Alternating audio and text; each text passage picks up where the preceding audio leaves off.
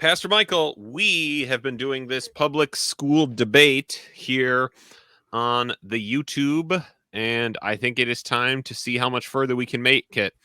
So, we heard about some of the extremes in the homeschool, right? You can go too far down that Christian private school.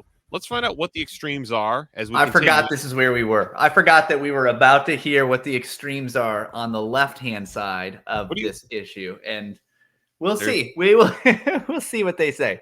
You know, it's going to be hard to locate them because I don't know if there's a lot of extreme things happening in the government schools these days. So I guess we'll find out. Think about it, and so we're going to hold up and protect our kids, and so I think that's the difficulty. And again, this is where the paideia idea really applies to whether you the end of this have your kids in public school. Oops, I just or private school. Slightly. There are plenty of Christian schools that don't do paideia either. Like they're not really shaping; they're seeking to protect and defend and create an us versus them. And I would say that I would be critical of that approach as well. And so anything that disengages us with culture, that doesn't value the common good and doesn't seek to create people of virtue, whether it's in a Christian school or not, is not good. All right. That's good. Here we go.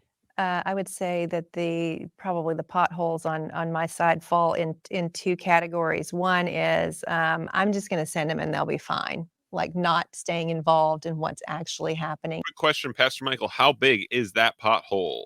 It is probably, what do you think, 95, 98%? The Grand Canyon. It is not a pothole.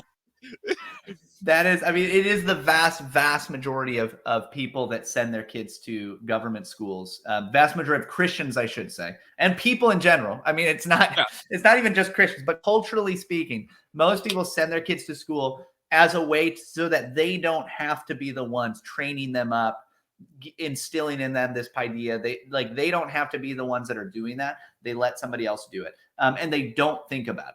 They just don't. Probably fine. That's the majority. Yeah, this probably fine parenting. This is without a doubt. It is, again, this is one of the things that's interesting about this is to call this an idea of like, well, this is a pothole. Like this is a potential error. A potential extreme, right? We're talking about the extremes on both ends. And that's an extreme. That it's not an extreme of the position. It is the majority of the position. That's right. In that education space, not finding ways to actually be physically present in it in appropriate ways for parents to be involved. When they were in elementary school, I was going to be the room mom if I could, or at least be one of those moms so that I could get eyes on who these other kids were that they were interacting with. I think just trusting that the peer group is probably not going to be an issue because the church youth group is going to make up for whatever. So I think if you're thinking, well, I'm going to outsource their education and their Christian formation, that's a recipe for disaster. But I think the other side too, let's go ahead and say, if I'm going to outsource their education and Christian education, we have now, we're still at about a 95% of like what is happening. It is interesting that the way to do public education, like government school education, like apparently one of the necessary steps is you to actually go and be in the room to be involved. It's just interesting. Just an interesting note. Where's my play button? It's also equally difficult is the parent who's like, nope, we're on mission here. And I'm going to ask a child who is socially immature to go in with guns blazing and proselytize other students.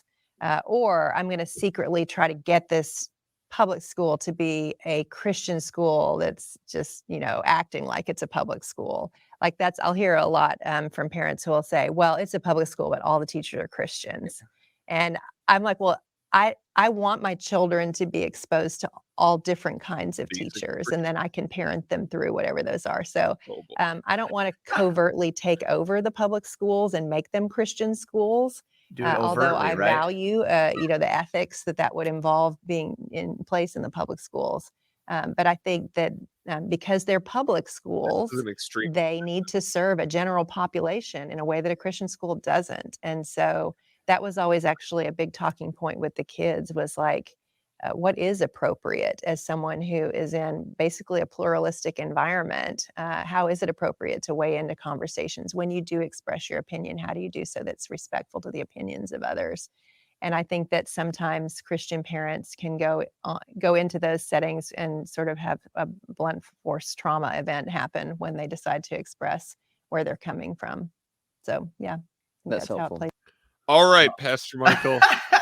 So it would be Oh less man, ideal. that's the extremes, Matt. That's It the would be- extremes that we're dealing with. It would be less ideal if you were at a public school where they were just all Christian teachers. If that they're would all be- Christians, it's not good because that's not the kind of education she wants her kids to have. That's what I just heard. Am I right? By the way, at this point, I don't know someone based on the criteria that she has laid out who is meeting her conscientious reasoning for sending someone to the government public schools.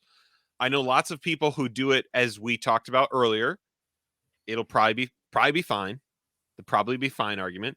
I've heard Or I did it like, I Yep. went through the public school when I was a kid and I turned out fine. So the missionary argument. Heard that one. very common. Or the school district I'm in, my kids have a Christian teacher, that we're in a very unique place. Obviously, the amount of times I hear we're in a very unique place tells me that that might be overstated, but that's also not good, right? So though all of those things we've learned are not good reasons to go to the public school. Now, the only one she didn't bring up, which you brought up, is that unless you're a person who, for whatever reason, has decided my children will never, ever have any education that comes from a non-directly Christian source, that then becomes an actual negotiable thing, right? What I mean is well, if your kid's going to go get vocational training, well, that's not Christian. So that means you're okay with non-Christian sources, right? If you're okay with them going to a university or medical school or tech college that isn't Christian, you've just said it's okay to utilize that. And then if there's a mature Christian kid who's 16, it would be equally wrong then to say they could not participate in education at a public government school, right? Because at this point, we're just negotiating what is the involvement. What involvement can we have in discipling and giving our kids a Christian education? Now, that is the one you brought up. That's the only one that probably that might be used. That would be used by potentially wise Christians, but that'd be the only one that isn't described. So I've learned today 99% of people who use government public education for their children are a wild, extreme version of that viewpoint. Yeah. Well, I also, I guess we are talking about Christians. So that's good. It does seem to me like there are other extremes, obviously, when it comes to public education. The kinds of extreme degeneracy that's being, shoved in people's faces today, like just the kind of pornographic materials and horrible things that are being shared all the time. And a lot of just the just extreme propaganda. That seems also to be the case to me. But I guess we may just be, I can't really remember the exact question at this point, but I guess it makes sense if it was primarily speaking about, the extremes of Christians who send their kids to public schools. I guess this is what I would say. Now, this idea of some kind of neutrality in a pluralistic culture being good, being not just good, but better than, right, if it was just Christian, is psychotic. It is. That is just a horrifying idea that as a Christian, you would think it's better that my child be taught by people of all these different religions and values and ideas. That's better. And it would be wrong if it's public for it to be primarily Christian, right? That would be wrong in and of itself. I think that's wrong. So I was just reading this morning. I shared this on Twitter. This is from Johannes Voss's commentary on the Westminster Larger Catechism. And I was reading about his thoughts on the second commandment. And if you've read it, he kind of goes through different questions about the second commandment. And this doesn't apply exactly to what we're talking about, but I do think that there's an application. So I want to read it for everybody here. So this is a question he asked when talking about the second commandment. He says, does not the American ideal of tolerance imply that one religion or manner of worship is as good as another and that all are equally pleasing to God? Undoubtedly, he says, this is the popular American ideal of tolerance as inculcated by the motion picture industry, the press, the radio, and the liberal churches. These powerful influences are molding the public opinion to the idea that all religions and all forms of worship are equally good and valuable if only the worshiper is sincere. Protestantism, Catholicism, and Judaism are to be put on a level, and all distinctive features of any of them regarded as unimportant in the interest of Americanism or tolerance, or you could say of, kind of pluralistic societal values. And he says this is one of the most vicious and deplorable tendencies of our day, and we should be awake to its menace. If this emphasis on a false ideal of tolerance succeeds, true biblical Christianity will be eliminated as a powerful influence in our country, and the day may even come when Orthodox Bible Christians will have to suffer persecution as quote unquote enemies of democracy. Now, Voss is writing. I don't know exactly when he was writing. I mean, it was in the 20th century sometime. Obviously, it's not super recent, but that rings to me as almost prophetic and very applicable when we talk about the ideals of public or government education. That there's been this idea that actually what we need is this pluralism. And what's actually happened, though, is particular ideals are still being pushed. It's just from the point of view of the antithesis to biblical Christianity.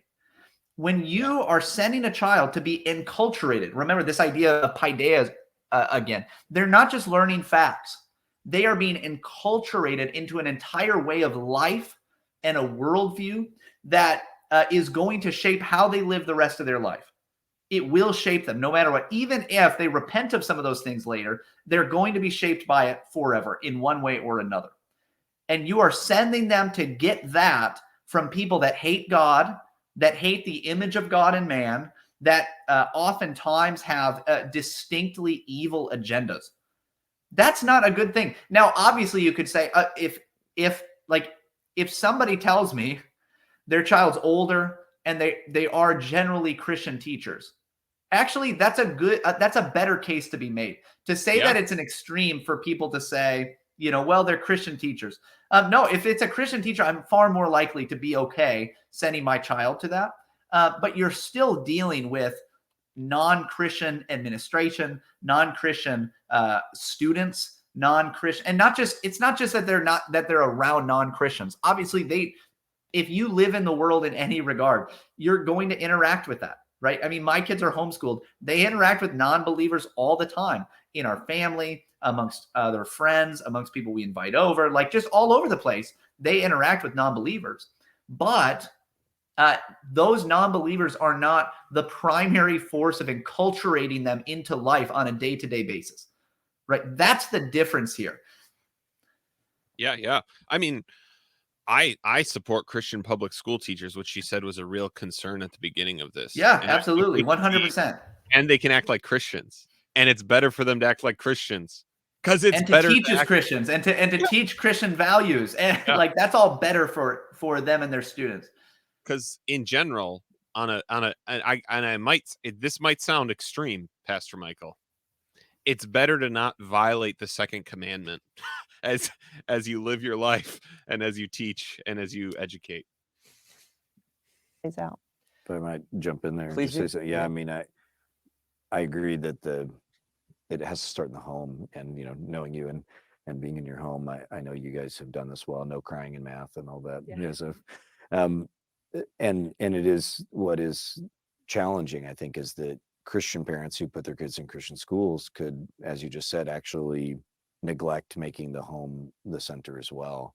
And so that's the irony of it. Like, you can, again, outsource it all to church. I just want to affirm what you're saying, that's the challenge, I think, is that we have to start recognizing that we are responsible. I think part of the trick that I'd like to hear from you about is, what about the single mother or the parents that have to work a ton of jobs or for mental health reasons, 1,000 reasons, they aren't able to give that kind of energy to the home and focus with central spaces. There are a million reasons why it may not happen. In that scenario, how doesn't it seem that maybe Christian school would be a far better option? Because if you can't do the other very well, at least getting some help on the formative side. I'm just curious how you think about that. I mean, frankly, my question would be, how are we supposed to pay for that? I mean, the financial implications of Christian school are staggering. And so I ask, are Christian parents going into debt over this?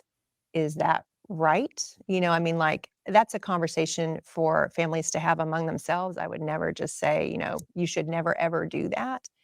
But for us, $35,000 a year for that many children over that many years, I can't even imagine how we would have done that. This is And so while I do think Christian school is well suited for some pretty low families, blow.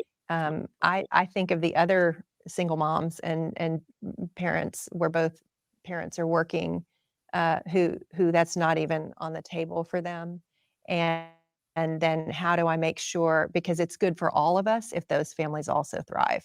And so being present in the public schools is a way to ask a question which someone posed to me recently that I thought was a thought-provoking question.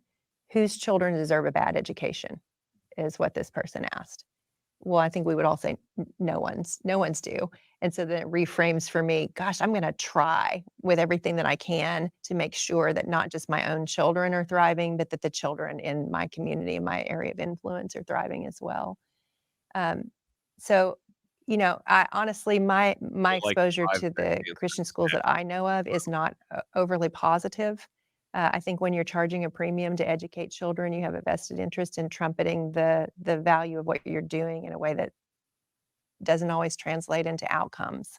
I'm not saying that's the way every Christian school is. My daughter actually had an overwhelmingly positive experience in a Christian school, that was that didn't come out of desegregation. It was just a really sweet place to teach, and it was good for me to see that positive expression of Christian education, because my mother had taught in Christian schools and had a negative experience. I had some baggage. So I do know it can be a great environment for kids, but it's never going to be a widespread solution for people, just due to the necessary expense that it requires.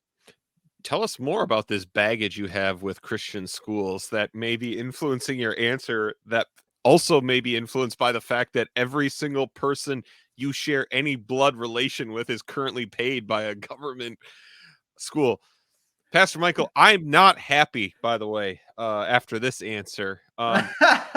So, Pastor Michael, $35,000 a year per kid. Is that what you're paying to do Christian education with your children? No. Oh, And I weird. mean, we started to do a lot of homeschooling before when we were technically below the poverty line, as far as, a lot of statistics go. So I know that you can do this on a budget, especially with the access we now have online to so much material. A lot of people, I think, just have this idea. We have, like in so many other, industries, we have created this idea that there's an expert class that can do this properly and no one else can do it. I think it is in some ways, I don't know if I'd say it's for sure ideal, because like we've talked about in the other video, I think that there are different ways to apply what the different methods of education for different students in different situations. I think there are different ways to do this. So I wouldn't say this is the only way to do it. I think there's a lot of good in the idea of well-trained people in their field training the next generation, right? So somebody who's really good at math and teaching math is going to do a better job at doing it than I would. Okay. Yeah. I think that can be a huge benefit for a lot of people. That being said, most people that teach in schools today have education degrees. They're not actually experts in anything. And so they're not people that, like, they don't have that benefit. And God bless you if you have an education degree. I know we've talked about this in our patrons group. It is true that there are certain things, certain principles of education that can teach you things that you might not otherwise have and can make you a better teacher. I don't think that all education theory is like a horrible thing or evil or anything like that. I'm making pretty, broad brush attacks, and I'm not saying that there's no benefit in some of these things, but just generally speaking, you don't have math experts teaching math, science experts teaching science. You don't have people like that. You have people who have been trained in a very general way to teach in general, teaching all kinds of different things. But part of the problem is that it's kind of like, well, this is for the expert class. Part of the problem is also that your view of education probably needs to change depending on your situation, where again, I think we covered this in the first video, that you can, the most important thing when you're enculturating your child, when you're educating your child in the way that we've talked about, is that they grow to know and love Christ. That's most important. Okay. To do that well, I think it's important that they learn about his world, that they learn how to read, that they learn how to interact with other people. There's so many different things that they can learn to do that well. But it does not take a massive amount of resources to do that. Right. It does not take, you don't have to spend a massive amount of money. That's a consumer mindset, by the way. Well, if I just spend more money, it makes it better. Unless you have a little more freedom when you have more wealth, but you are not confined to not learn anything if you don't have $35,000 a year. That's wild. That does sound like probably what the government schools spend per child. Yes. Right. But they do crazy things with that money. Right. If I had $35,000 a year per child in my house, do you know what I could do? I mean, number one, we'd be living large. We would be living large, but we could do so much with that money. Yes. It would be unbelievable. And if Jonathan Pennington, who nodded along when she said that, was paying that for his children, I have got to get a job at the Southern Baptist Seminary, because the skrill they are paying is unreal, my friends. Yeah, I mean, that's crazy. It really is crazy. It's just mind blowing to me when we think about cost, right? I could say I could do this with everything. Kids deserve to eat. Like, guess what? Pastor Michael and my children, they live on different food budgets. There are people here in town who have much bigger food budgets than me. There are people in town that have less food budgets. Like, my children, and again, food is even different than education, because food is a survival thing, right? And this is why there are deacons who step in. There are, we do have government programs that step in. If you are so far below the poverty line, you cannot eat, your children won't eat. There are many, many people who want to help you with that, including individual Christians. And this is maybe one of the other parts about this that makes, this idea, there is no other solution to these problems than the government schools, right? He asks this totally realistic question. Yeah. Is it realistic for a single mom? Again, as we brought up in the first time, I used the single mom test to decide if something's a Christian duty. Could a single mom do all the things you're saying a Christian parent needs to do to be the good Christian parent in government schools? And the answer is manifestly no, she cannot. Yeah, of course Can't not. do it. She also can't homeschool, which is why I said those aren't a Christian duty. But that's because I am not giving these terrible answers in this debate right now. Right. We're not saying that there's this one way, this one method that you really need to use. It is the best method or something like that. There are different ways to apply the mandate to educate your children. But she can't do it. She can't be in the classroom. And so he's saying, wouldn't it be better then for her to get to send them to a Christian school?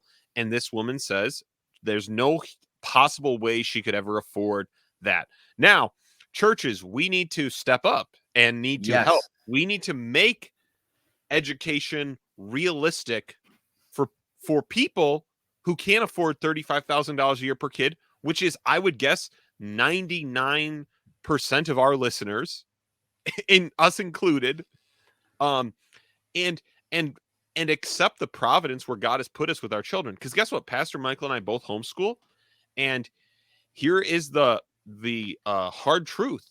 One of our wives is better at homeschooling than the other, just because it's a thing. Like, that's how the world works, right? And like this is just how things work. Yeah, This is some people are going to do better than others. And it's not bad, by the way, if your child turns out more like you. yeah. And maybe in your family, like you have a lot more trouble with math. It's not the worst thing in the world if your child turns out like you in that way. It's not. Now, obviously, you want to give them the best education you can in all of these different areas. And I think that's awesome, and praise God for it. That's a good goal. And to try to get your children to be better educated than you, I think that's a righteous and good thing to try to that do. you right? can afford, that you have the Yes. kids to do all of those things. Yes. Yes. Yes, but don't let the the perfect destroy any possibility of the good, right? If I can't do it perfectly, I might as well give up. There's no way me doing this. If I can't spend $35,000, there's no chance for me. In our church, by the way, we've just this past year, we just realized we've got a lot of the majority of people in our church homeschool. Not everybody. We have people that use all different forms of education, but the majority homeschool, and the majority have tons of homeschool resources that they don't really have anything to do with anymore. And so we started a place in our library, our church library, where people can donate any old curriculum that they've used. And people can then go, and if they need curriculum, they look and they can just take it. They can just have it. And if it gets wrecked, that's okay, because it's just being donated. And we started that in part because when we were starting to get into homeschooling, we had so many people that gave us so many resources. And we still, we have so many resources that we did not pay for, that have allowed us to do things that would have been harder for us to do on the budget that we've had at different times, because people were generous, because God's people are generous. And you probably know people that have these sorts of things. And again, like I said, there's tons of resources online. There's so much available to you. Now, homeschooling might not be the option. Maybe public school is the best option for you. That is a possibility. I think I think it is rare today that would be the best option. I really do. I think it's rare. I'm not going to sit here and say it can never be an option, and if you ever use that option, it's wicked of you or anything like that. That it is possible that it is a fine option for you. But what we're hearing here about the challenges of it, or even then the extremes of it, these are not things that cannot be overcome. They are things that can be overcome, but it may take a little extra work on your part. The reality is that a lot of things have been set in place, whether it be different, depending on where you live too, but throughout a lot of the U.S., financially, because of different regulations and things like that, it may be hard for you to do some of these other things. It may be hard for you to choose another option, but that doesn't mean that's not worth doing in the long run. It doesn't mean that it's not the best option for you. It just may take a little more work for you. Yes. Likely the big sacrifice you're making, if you're going to do any other kind of education, is the potential sacrifice of the second income you live on, right? That's the really expensive thing you're going to do, because you can homeschool kids, have them in a co-op. We're talking for 1/10 of the cost that she said Christian private school costs, right? Pastor Michael, can we take a 2-minute trip to Conspiracy Corner about this answer? I'd love to. Because I was thinking about this, and I'm like, man, where did we get this idea that, like, because there's no other thing in our lives that we go, the cost of it should not matter at all, right? Is it possible we have gotten this destructive mindset from Sally Mae and those bad people there, that have taught people, go to college, spend whatever you like, spend all the money in the world, because it doesn't matter. Education is not a thing you should ever consider affordability about, right? And so this idea of, I'm either paying $35,000 or I'm going to the government school, which is going to be even more expensive because it's getting property inflows from every single person in the country, right? It is, if we're worried about cost, it is the most expensive way to educate a child in history, right? And so it's just this, we've gotten this weird, very strange mindset about money and education, that there are, if it's not a direct conspiracy, there are some large banks and lenders who are incredibly profitable because this mindset has come into existence here in the country. That's really interesting. Yeah, I don't know how much of a conspiracy it is, but it shows the lack of education amongst a lot of people, right? Like if you teach your kids how to handle money well and not go into crazy amounts of debt, guess what? You just educated your child in financial wisdom, or at least a piece of financial wisdom. That is a good in its own right. Okay, that's a fine thing to learn that by and large you don't learn at most schools, public or Christian. And so if you want to, if you want to keep your kids home, teach them how to read, teach them to be good with money. Guess what? You just did a great job. Yes. And maybe there are things you're going to miss out on, but that's okay, right? Again, don't let the perfect destroy any possibility of the good. Think about what could actually be a really good outcome for your child, and then move from that position rather than thinking, well, what's easiest for me? What makes it simplest for me? What takes the least effort on my part?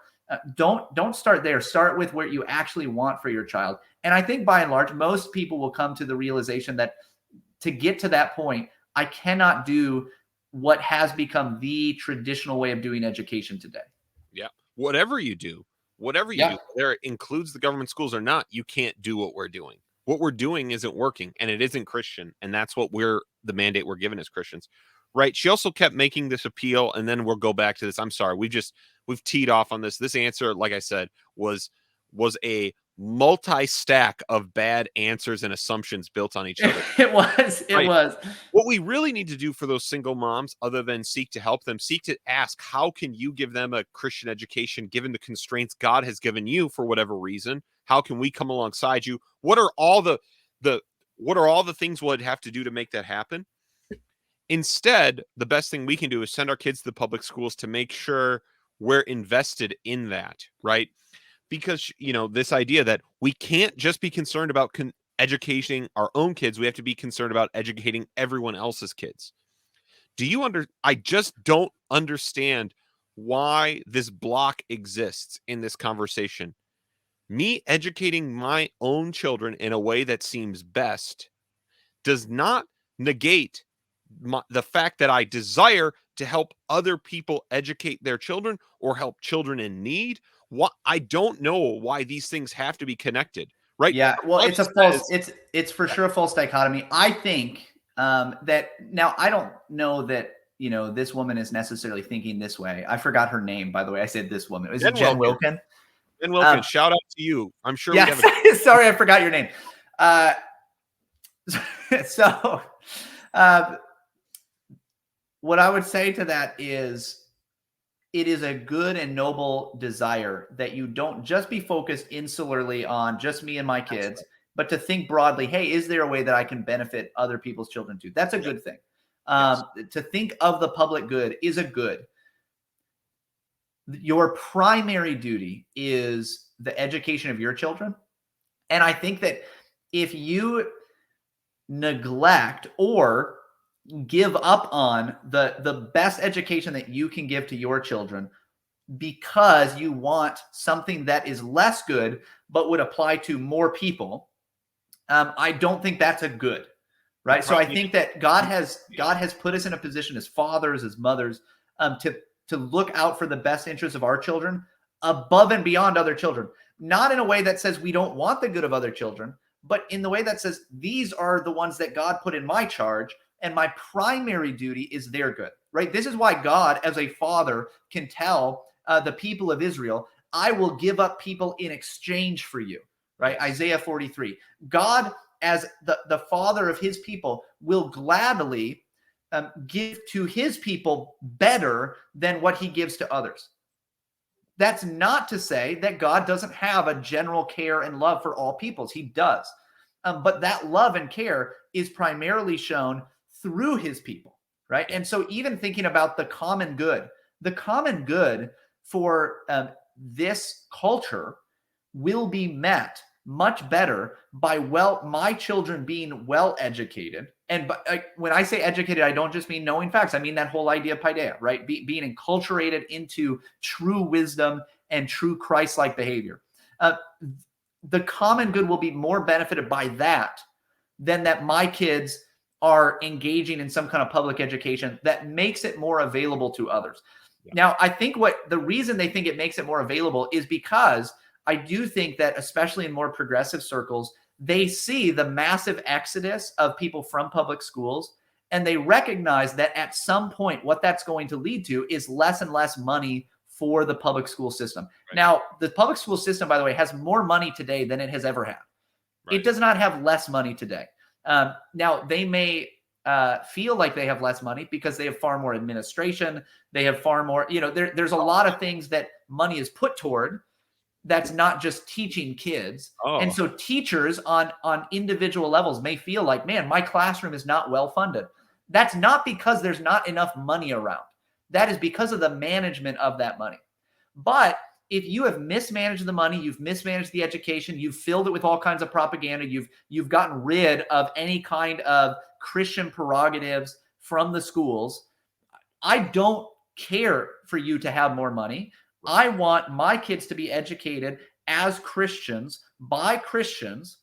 And I also want that for you. I want that for everybody. But I'm going to do what I can for them first. And so I don't care actually that you do this. And like I've said before, when you look at the actual learning outcomes, right, the actual good that this is giving to those who go through the government education system, it is not good. It is objectively not good. That not just the culture and the learning outcomes are not good.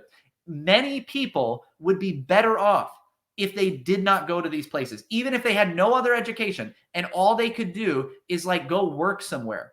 They would be better off. If they just had to go and work somewhere, even as a child, they would be better off. I hate that people are going to think I'm an extremist now for saying that. You are. But no, it's true. It is objectively true that this is the case. Look at the learning outcomes. I'm not talking about Jen Wilkins, evidently like super wealthy school district that she has the ability to be involved in every level, right? Like that's not normal people. Okay. Right. Normal people don't have that kind of money. They don't. And so like normal people can't be engaged in that way. And in that case, you know what? It would be better if you went with your dad to work and learned a trade and learned how to read in the evenings by your parents. If you just got that, you would be so much better off than most people going through the public government education system. If lighting more of my money on fire would actually give children in this country a better education, of course I'd be willing to do it. But you know what? The Messiah of American education has more of my money than ever, and it's that the God is still not answering. He's still not there. He's still not fixing things. But again, this idea of should I educate my children first in preference to others? Well, Paul said, if a man doesn't provide for his own household, he's worse than an unbeliever. So That's I guess solve the answer. And here's the even crazier thing I realized as Pastor Michael was talking. If you are a person talking about education in this way, and you're like, this is what we have to do to fix education for others, not only do I not think you have considered education for your own children appropriately, I don't know if you've considered it for everyone at all. Right? With that mindset, like it is an uneducated way to think about this. Can I just say one more? So, well, no, we should just go on. We should just go off on this sucker. I know. We have so much more to go.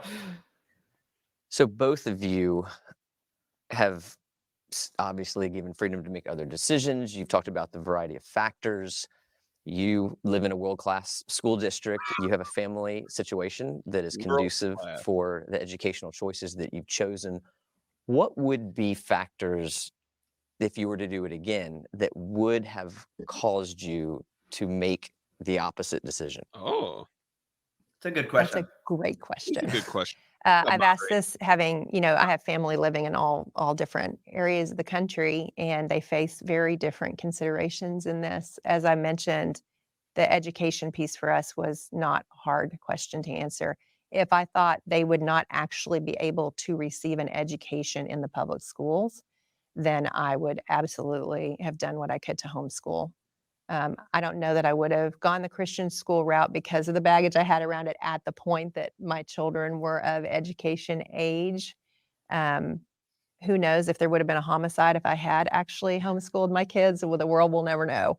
But I do know that there are. Can I just say, Pastor Michael, am I allowed to say something?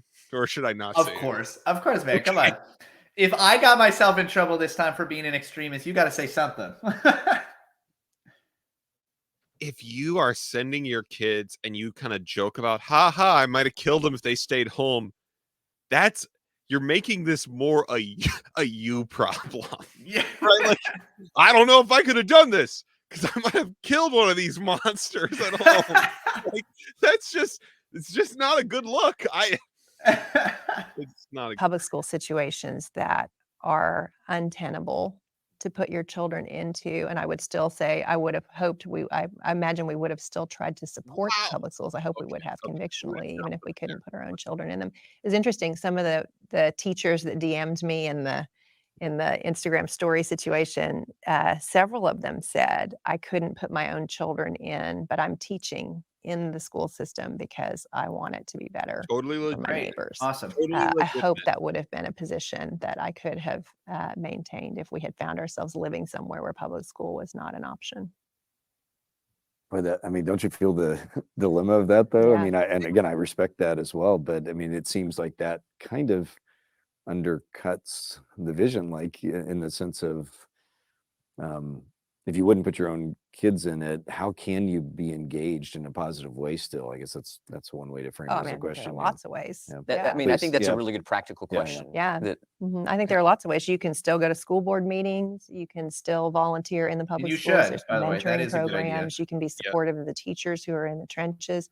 When you think about what public school teachers represent in this country, they're often they're on the front lines of, when a child reports, they're the first, their mandatory report on all the CPS concerns. The function that they perform in our society is valuable, and for them to be unsupported is unthinkable to me. And so even if my own children were not able to be in that education space, I would want to do everything within my power to support it and improve it. Because, there've been a lot of studies done on the impact on a school if there are just even two involved adults who will take interest in what's happening, who are not on staff, and the impact that has on a public school and a community. And so it just feels like a really easy local missions effort that's right in front of us all the time. all right, you have to answer the same question. Okay. So, good question to both of them, moderator. Good follow-up question Yep. from Jonathan Pennington, who is obviously much nicer and much more put together than we are. I don't know. Maybe I'm wrong. I'm not getting the vibes that the public school administration would love it if a ton of Christian parents showed up and said, "We're here to really make sure things are going well here at the public school." Yeah, I don't think so. I don't think, and I could be wrong, right? Like you said, and it could, like, public education is really varied in the sense that there are a lot of different teachers in a lot of different schools. There's so many schools, so many teachers. Like, there's going to be differences in administration. There are a lot of good folks out there, and God bless you guys who are doing that. We love you. We love that you're doing that. I would say that, like, her response there is all pretty good. I think it'd be great if a bunch of us got involved on, like, the school boards and more involved in what's going on in the schools. By the way, even if you don't send your kids to the public schools, guess what? You're paying, if you're a property owner, you're paying taxes for this public school and for the public school in your area. So just find out what district you're a part of. And I think I've not found a way to do this yet, but I do hope at some point in my life to try to be more actively involved on that level. Because, by the way, I do actually care about the greater good. I do actually care about the good of others. And so I want to take part in that if I can, right? It's not my first priority because I care more about my household than I care about other households. Doesn't have to mean I don't care about other households. My priorities are what God has most immediately given me in my wife and my children. And so I'm going to start there. And then in my church, right? So that's where I start. And if I can do more beyond that, I want to try to do that. But none of that has anything to do with whether or not this is how you send your kids to be trained. That's the difference. That's the problem. But what a good recommendation. Guys, get involved if you can. That would be awesome. Yes. That is completely that is just totally the answer, right? man, it's so fascinating. This, even the idea that, like, man, if only two parents were involved in these public schools, how big of a difference that would make. Which tells me all the things we were talked about, like, they're just not happening. The things that she's described as what need to happen aren't happening. And again, as we have said many times, viewing this as a mission field, going to public, being a teacher in a public school, going to PTA meetings, being an involved parent, those are all completely different than how you educate your children, right? And all of those are good things. They're just not relevant to how I educate my own, like the decision you make for your own children, right? Yes. All right, so let's hear his answer. What would have caused him to change his mind? Yeah. So the question again being like, what would if you went back, what would be circumstances in which you could imagine yourself sending your children to public school? Yeah. I mean, the financial part has been difficult for us. It really has. And homeschooling made that, easier, even though there's costs in that involved in terms of buying your own curriculum, and we're still paying taxes, and everything. But yeah, private school has been a challenge on the financial side. So I really feel that, and I'm aware that most people do that. So if that makes me, have some pause at moments, like, was this the best thing to go? Kind of feels like backwards financially for 15 years or 20 years. But I think for us, the public education system where we've been in for the last 18 years, I would not be comfortable putting our kids in for a number of The reasons. same And place they talk and about it feels like each other it's worse. all the time. I don't know if we're just getting older, but No, it I do feels think, like, yeah, I mean, the eight- social risk is a component as well to be Yeah. addressed. I mean, like our kids are, 18 to 30 kind of thing. But you think if I had and people ask me this all the time too. I had a pastor text me the other day, we have a, whatever it is, kindergartner and below, and we want to be a good witness. We want to be engaged in society, but I'm really concerned. And I had to say, it does seem that many of the things going on, not everything you hear is true, but many of the things going on in public education in terms of some moral issues feel more extreme than they did even when our kids were little. I don't think that's just in our minds. I think there have been social changes in a significant way. And so I think Clearly for that's us, true. but I guess I need to answer your question. Sorry. I think the money, if we would have had a better, more comfortable public education system, maybe in a smaller town or something where I was more involved, could have been more involved. I think the financial combination with that would have made us more open to public schooling. Although when the kids were really little, homeschooling was so great because um, our life was more integrated. Like we weren't controlled by a schedule outside of ourselves in terms of trips, and then yours are probably this way too. I mean, our older kids were very young readers. They were reading at 4, et cetera, because we worked with them, and it felt like there was a lot of wasted time in any kind of schooling system. I mean, Christian or public, in those early years especially, and it was really just a sweet time to be with them and really shape them, and with a lot of freedom that we had to just do our own thing. Maybe that sounds selfish or something, but it was really a wonderful time. And so I would not want to give that up, but yeah. It is interesting. So overall, again, right? What a nice part of the thing that's nice about his answer is just talking about how good it is, right? Like him just saying like it was so Yeah. good to do these things. I am glad, even though he's doing it very softly, pushing back on this idea of like, I mean, it is worse now. Like it is just that shouldn't be controversial at all. Yeah, again, and- just objectively true on both Yeah. culture and learning outcomes. Both of what I said, right? On both of those levels, things are worse off now. Yep. Yeah, and I just think that, man, what was I going to say? Am I losing it? He was, oh yeah, and he talked about the biggest factor that would have potentially required him to change his mind would have been cost associated with it, because if he worked, if he didn't make the insane amounts of money you can make at the Southern Baptist Theological Seminary, he may have had to rethink the decisions he made. Do you want to add anything, or should we keep trying to? No, power that's good. through this thing? Let's keep pushing. I'm sure I have lots of thoughts at the end. Great. 10 minutes left, everybody. Interesting. Neither of you mentioned safety.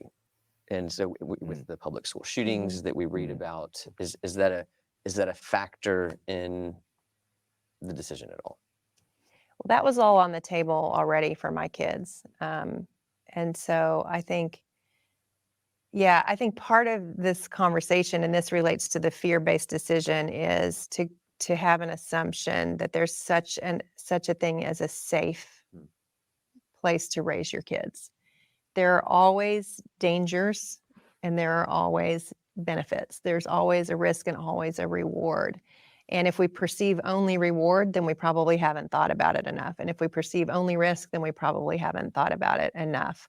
And we understood the risks and the rewards of where we were placing our kids in our community at the time that they were going through, as far as to the best of our ability. And so, I mean, you give a 16-year-old a car to drive, and it's risky. So I think things like gun violence, where it's, I can't control that. But then there were all of these other risks that were associated with, like the kids who were in some of the Christian schools in the area, where the kids that actually had a terrible traumatic thing happen in public school ended up going into that space. And then, you have a peer group of your whole class size is 20 people. And so if it's toxic, there's nowhere to go, whereas in the public school, if your peer group is terrible, you can find another one because you're graduating with a class of 1,000 students in our case. And so, there are risks to being in a bigger school. There are also rewards. There are risks to being in a Christian school. There are also rewards. Homeschool situation. I know Jonathan would never say that every homeschool scenario is ideal, in the same way that I would not, it's, in some cases it's like, wow, that's really terrible. Someone should intervene, but there's not eyes on the situation in the way that there are in other settings. And so, again, so much of it comes down to not where are you going to educate your kids, but what kind of a parent are you going to be? Are you going to be a parent who is vigilant in the best ways, and then open-handed in all of the best ways too? And so risk is always going to be something that you have to weigh, and people reach different conclusions, which is why we have this conversation today. But we all want to be motivated out of love and not fear, love for our children, but also with an eye toward what can go wrong. Sure. Do you have anything to say on that? All I just agree. I'm not super interested in this answer overall. What you have any thoughts, any cares about this idea, the safety angle, the 1,000 member graduating class that we all graduated with in our public schools? Right. Yeah. So obviously that's different, and it shows again, like, this answer has to be varied, because just because your public school was good or it had these benefits, it's very different from many others. You just don't know. This is why you got to take each one on a case-by-case basis. Here's what I'll say about safety, though. I know that the big things that are in the news are like, big shootings or those sorts of things. And obviously at this point in our culture, that's just something that is, I don't think it should be a concern that like frightens us, because it really is still statistically anomalous. But it is something that shows a bit of the breakdown in culture in general. And so there are elements that should be, a kind of concern. I would be far more worried about, though, the danger of just in general, the fighting, gangs, the just complete lawlessness in public schools. That is a massively growing problem. I've talked to a lot of public educators who like talk about just how difficult it's getting because there's no discipline at home. Kids come to the schools and they do whatever they want. And especially as schools try to focus less on disciplinary action and more on remedial things. There's never anybody telling somebody you cannot do that. And so their fights break out all the time. Those sorts of things are happening more and more. Again, depends on where you're at, but it is happening more and more statistically. Number two, the possibility of sexual abuse, whether from peers or from teachers, is extremely high in the public school setting. It's extremely high. The teacher to student sexual abuse in public schools is statistically, I mean, it's not like, 50%, but it's statistically far higher than almost any other institution in the country. And in part, that just makes sense, right? Because the most people are there. You're with those people the most often, right? You're in a lot of settings where, it's you and them alone in a room, those sorts of things.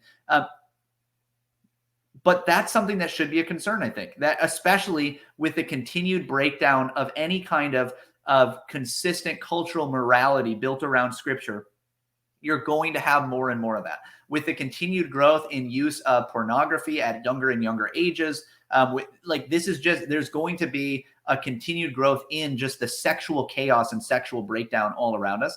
And that is evident within the public schools if you look at the actual statistics of sexual abuse in the school. So I would think more so that being the concern, safety wise, than something like a school shooting.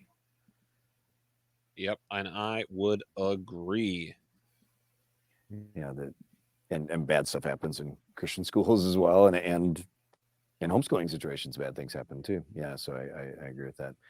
If I might pivot a little bit, just one of the things I was thinking more about when we enjoyed homeschooling, which we did stop doing because it did become untenable with our 300 children, it felt like, and various things. But one of the things that I did love about it as well is that it enabled us to truly focus on each child's development in a distinct way. And I feel the tension because I do believe in the common good and public education, all things we agree with.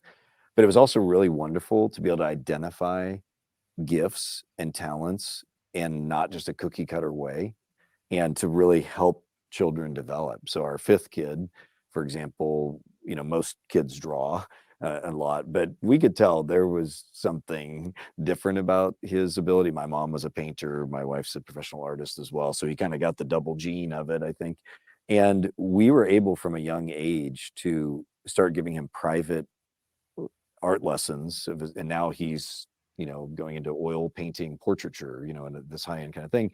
That could not have happened in a public education system, just in the sense of like it would be one class of many, or it would be some super extracurricular thing that would just add to the stress of life. And so that's one of the things that we really loved about the kind of the ability to focus on the development of each individual child, not in a kind of cookie cutter way. I feel the tension again of that versus the common good and that, but just was coming to mind as I was reflecting back on those early years of homeschooling and how much we enjoyed it. And all of our kids are musicians, and they were able to spend a lot of time practicing their instruments. Our one thing is that our 16-year-olds, once they got that, our deal was you need to start working a job.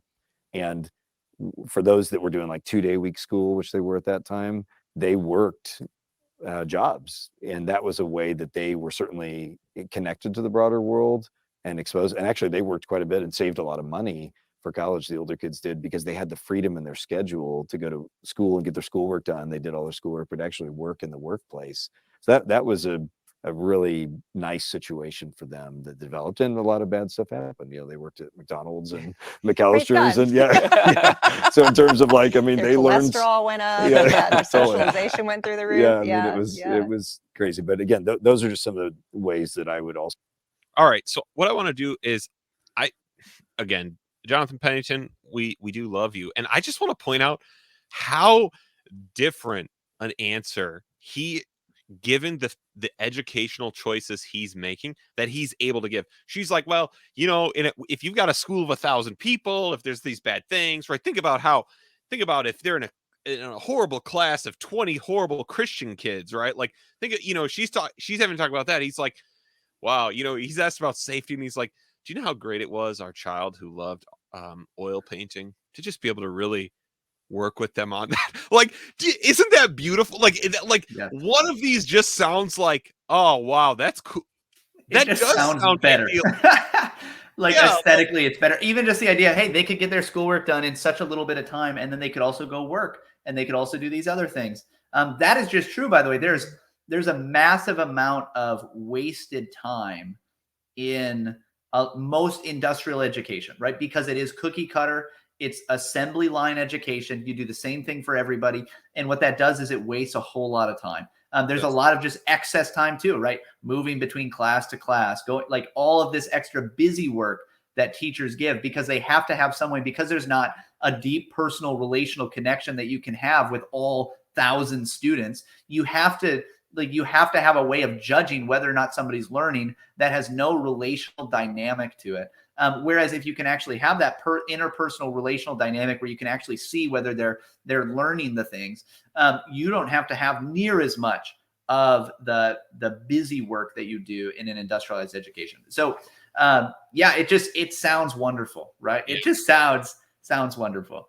And if you want to give your kids an education that literally may let them own the future, give them a work ethic from early in life, right? That they will own the future, baby, if that's what you want. So anyways, I just find it so funny. One of them is talking about safety and peer groups, and the other is talking about helping their child develop their love for oil painting, right?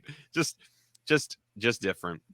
So argue for the good of, if you have the choice, which many people don't, but if you have the choice, the ways that you can really develop individual children to be grading on me who God's called them to be, and then to use those particular gifts and abilities to bless the world. That's how the vision we imperfectly, tried to cast for them. So I didn't know if you want to respond. He brought up focusing on developing certain talents and working. Do you want to respond to that? You anti-extracurricular person. Yeah, I feel like we were able to do that as well. I think when you see that a child has a skill or a talent that is an outlier. Now the problem is like organized sports is telling every parent that their child has a skill that's an outlier, or whatever it is. But again, we had a ton of time together. We have a pianist in the family who's really, really good. We have a child who's fluent in Spanish. So I don't think it's off the table to do that. Again, it's how present are you in the life of your child. And then for us, it was like the job thing is interesting to me because we really did not pressure the kids. I'm not saying you pressured your kids, but we didn't press our kids toward you need to go get a job. Yeah. Because they would come home, especially in high school, they would come home from school and they spent every minute from the time they got home until they went to bed doing schoolwork. Now, a lot of times that was us involved in that. Wasted time.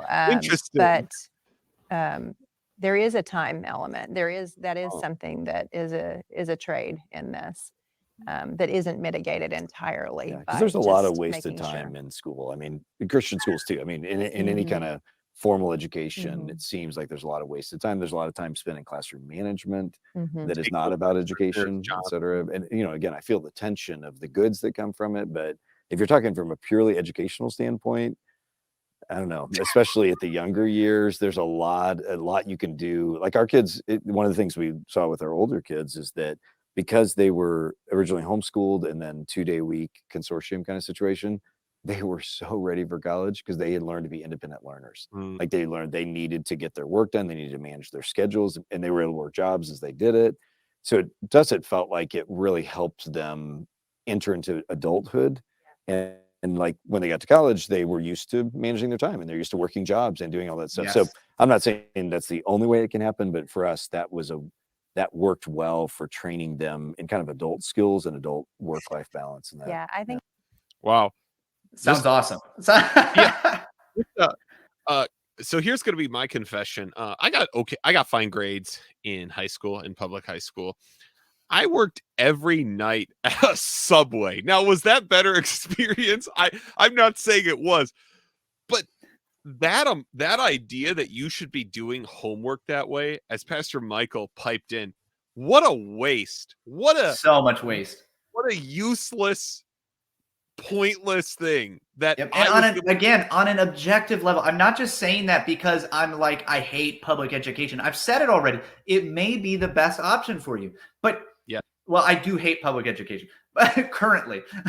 So that's kind of it'd be a lie if I said I didn't, but it may be your best option because it's just the world we live in is not a world where we get to do the ideal all the time. And that's okay. I don't even think you have to feel bad about that. But on a strictly objective level, we know that a child does not have better learning outcomes just because they spend their entire evening doing homework. We know that that's not the case. It is obvious. It is a clear fact, an objective fact that you can see and that is borne out with every child that doesn't do that and does just fine, right? So that doesn't make you any better, which means that it is just a waste of your time. And at least this high school student was able to be an honor roll student without ever, like, I did minutes of homework, and I was doing it like in the periods between classes. Yes. Right. My senior year of high school, I went to a Christian school, but it was not, a classical school. It was not a school where I would say it was like the kind of education that I want to give my children. It wasn't the same, right? It was good. It was good. I don't want to bash it at all. God bless the people there, really benefited from it. I want to give my kids a little bit of a different style of education because I have a different philosophy in how to educate them. But my senior year, I did not once did I ever bring any homework home. Not one. I did it all during study halls or those sorts of things while at school. And that was great. That was awesome. And by the way, because of that, I was able to go home after school and I would listen to hours of Tim Keller and Mark Driscoll and free seminary lectures from RTS and things like that. So I benefited greatly from not having to do that. Dude, if I would have brought my homework home, my mom would have made me do it, man. What are you thinking? Get your head in the game, guys. I was not an honor student, by the way. Get your heads in the game. No, I just, man, there are literally school systems, not in the American one, that literally they have homework designed as busy work so that parents have a free babysitter called worksheets.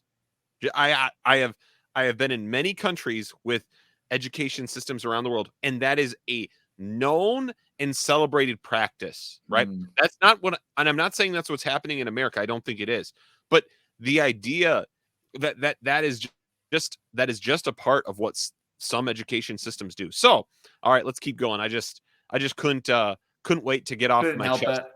Me wanting to talk about being a sandwich artist instead of doing homework.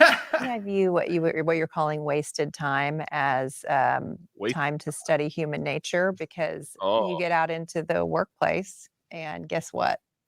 That's what you're dealing with a lot. A lot of wasted time. It's like the never-ending group project. Yeah, and so I would say that what our kids learned was that whole scenario of like, oh, I'm going to do pretty much the whole group project because you don't care. I don't know how hard. There were a lot of kids who did not care about their educational environment and didn't have parents who were going to help them to care. And so again, there were a lot of really helpful counterpoints. And my kids transitioned pretty seamlessly from a large high school to a university of 50,000 undergraduates. And they had all the skills they needed from a study skills perspective to get through it. So I do think, again, I think it goes back to what kind of a parent do you intend to be. Children can learn virtue either through a formalized presentation of it in their education sphere, or they can learn it through the way that they're interacting with one another at home, through parents who are thinking toward that. So, yeah. Man, okay, so good point, Jen. People can learn things through different methods. And it must mean the method you use for education to prepare someone for the real world. It's like there are a lot of different methods that can work, right? Like you can not do homework and make sandwiches at night and go to a large university and do okay, and then go to seminary and whatever. But man, dude, the idea, you need to do this to study human nature. Man, I'll just tell you what, the kinds of studying of human nature I did at a public high school, I wish I was not doing, right? Like it is just, no, like you don't, it's just maddening to think like, well, be swallowed up in around sin and involved in it. You got to learn someday. Yep. Just throw you in. Is that how you got to learn? Yeah, it's not the best way to learn. So I want to encourage people, by the way, that, if you can't be a part of what you think is the ideal way to educate your kids or something like that, what I will say, and what I think even Jen Wilkins' own story in some ways, speaks to, however you educate your kids. I think I first heard this from Pastor Tim Bailey, and it just stuck with me. And I just think it's borne out. And in my experience and in what I see in other people, this seems to be the case. Your children, no matter how you educate them, your children are going to turn out like you by and large. And so the kind of life that you live, the kind of values that you actually and virtues that you live according to, that the kind of life that you live is what is going to be instilled most in your children. It's going to be the primary way that they learn in following you and living like you. And so the most important thing is that you be a faithful, consistent follower of Christ. If you want your kids to be readers, we know that kids who read the most because their parents read the most. Yep. That's across the board. That is the case. Obviously, there's people that make that rule, but as a rule of thumb, that is the case. Kids who are really into particular subjects, often it's because their parents were somehow involved in that. Your kids will likely turn out like you. And that might be scary to you, but that's generally the case. And so shipping them off to any kind of, or keeping them home for a particular outcome that isn't already true of you, it's probably just not going to work for you. That's not going to give the outcome that you think it will. Isn't it just good news? I mean, it's both that's both a terrifying statement, but also good news that it's God made children to learn, and they do. Yes. Right? Like when I'm talking about me working as a sandwich artist, I'm talking about me as I did my best to blow the educational opportunities before me. And God still was able to teach and form me in ways, right? Not the best way, not the ideal way, but right. It should, there is an encouragement there. There's also, as a parent now, I'm like, oh dang, man, if I've got a son and he's 16 making sandwiches at night, I'm like, oh man, it's like this is, I've got to make some big changes because the things going on. Sandwich artists, love to have you on the show. I as a fellow one for almost a decade, no shade to you, but the things it said about me were not commendable. But yeah, I think there's there's good news. God made kids to learn, and no matter what method you're using, right? This is why I'm critiquing this so hard, because I just want everyone listening to make their decisions for educating their children out of the mindset the Bible gives us to make them. I am not here for one method or not, right? Pastor Michael and I don't use the same method. We don't attend churches where everyone does the same method. That's not my goal. In fact, uniformity is antithetical to my goal, and is the industrialized school method. That is one of the assumptions built into many of those things. And now it's kind of breaking down as people choose charter schools, right? Choose different systems, which is great. And I'm glad for anyone able to take advantage of those things. But right, that's not what we're here pushing for. We're not here, but so what's important then is you, right? What's important then is you and what you're doing before the Lord in faith and in obedience to his word, right? All right. Final closing statements. Here we go. That's good. Well, speaking of time management, we're running out. Let me finish by asking briefly, what is the most compelling part of your opponent's argument? We'll start with you. Yeah. I'm very sympathetic, and I think especially the idea of, still being deeply involved in the community, and related to that, what you said about not just making choices that are for my family, which is, I think, so easy to default to that. And I'm sure I've been guilty of that as well. I'm sure I probably even have said that phrase at some point. And so I really appreciate that and value what you're saying about I've got to think about more than my family. I got to think about how my family can and should contribute to larger goods. So really appreciate that. Yeah. How strong was that, Pastor Michael? I'll give you the one word on. Do you find that strong? Boo. Boo. Yeah, we didn't find that strong at all. That's not the most compelling. Well, in some ways, I guess it is. It feels the most compelling until you think about it for 1 second and you realize that the best way that you can make do the most good for the most amount of people is by doing the best for your particular children, because they will be able to have a far greater impact that's far broader than you alone can do at this current time, right? So this is the nature of discipleship. Why did Christ only pour his time into primarily 12 disciples, and of those even primarily 3 of them? Why does he do that? Why is there a kind of hierarchy in how he disciples others? Well, in part, it was literally the best way he could disciple, right? Yeah. That's how God has made the world to operate. You have a particular level of influence that is deepest amongst those who are closest to you. And as you pour into them, they can now do far more than you could do alone. So the idea that in some way it's not for the public good if you focus on your household is actually exactly wrong. Yes. Yep.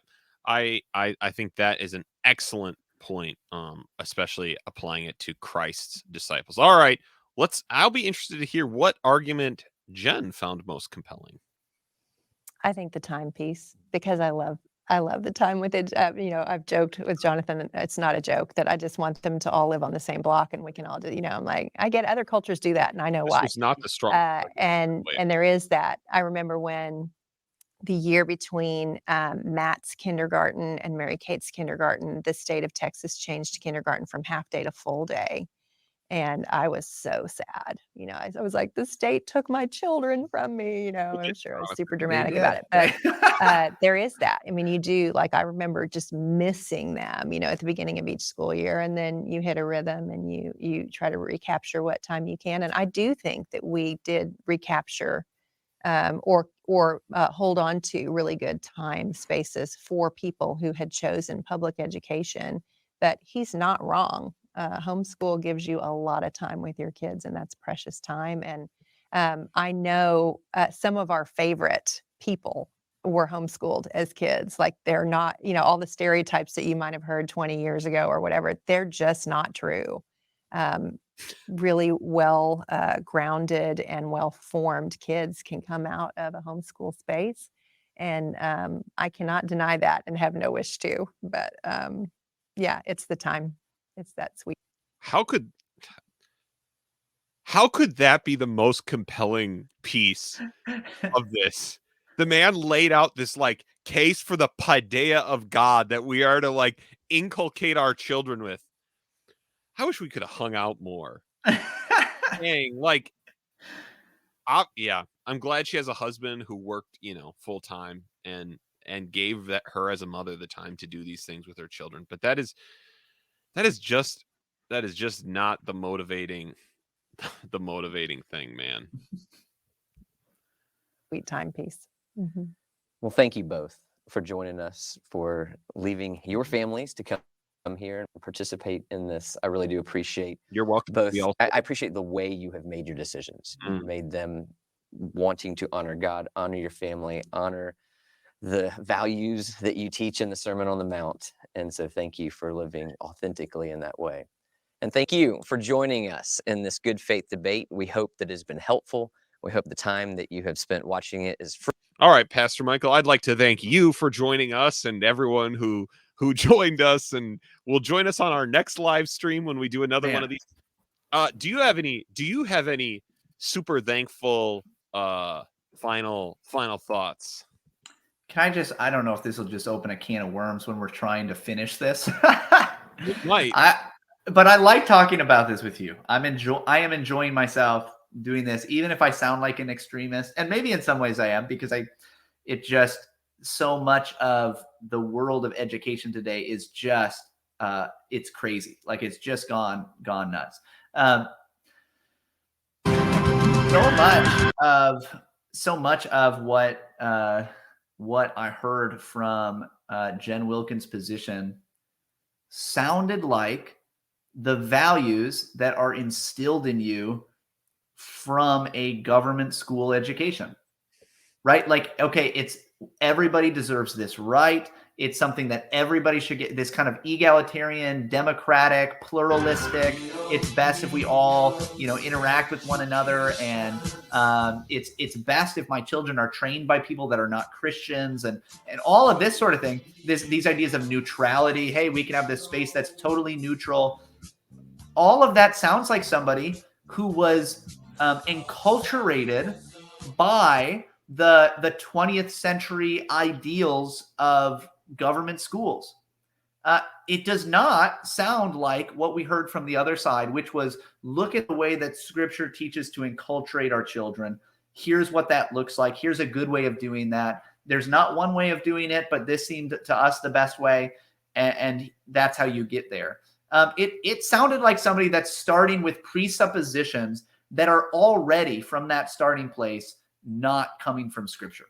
And that's why this is so important, by the way, because you could get to adulthood and think that the way that you are going to educate your children is biblical, when in fact you're just operating out of what is the secular worldview all around you. But you won't know it. You won't recognize it because that's how you received your education. That's how you were trained up when you were young. Yeah. Thank you, everybody, for joining this episode of reacting to TGC's Good Faith Debates in good faith, mind you, the goodest of faith. Join us next week, Monday, 8 p.m. when we live stream another reaction for about an hour and a half. I don't know which one I'm hoping for, but please subscribe to this YouTube channel if you're watching the video. If you want to help choose what we do next, you got to be one of the patrons. So jump on the Patreon. It's only $3 a month at the lowest level, and you can join the group chat where we will allow our patrons to decide what we're going to watch next. If you join the Patreon today, you can find our most recent episode about the Nephilim, which I think will be a good time if you choose to listen to that. And next week, let me tease the one you will find, because Pastor Michael and I are about to record it, is Can Alpha Men Go to Churches Pastored by Beta Males?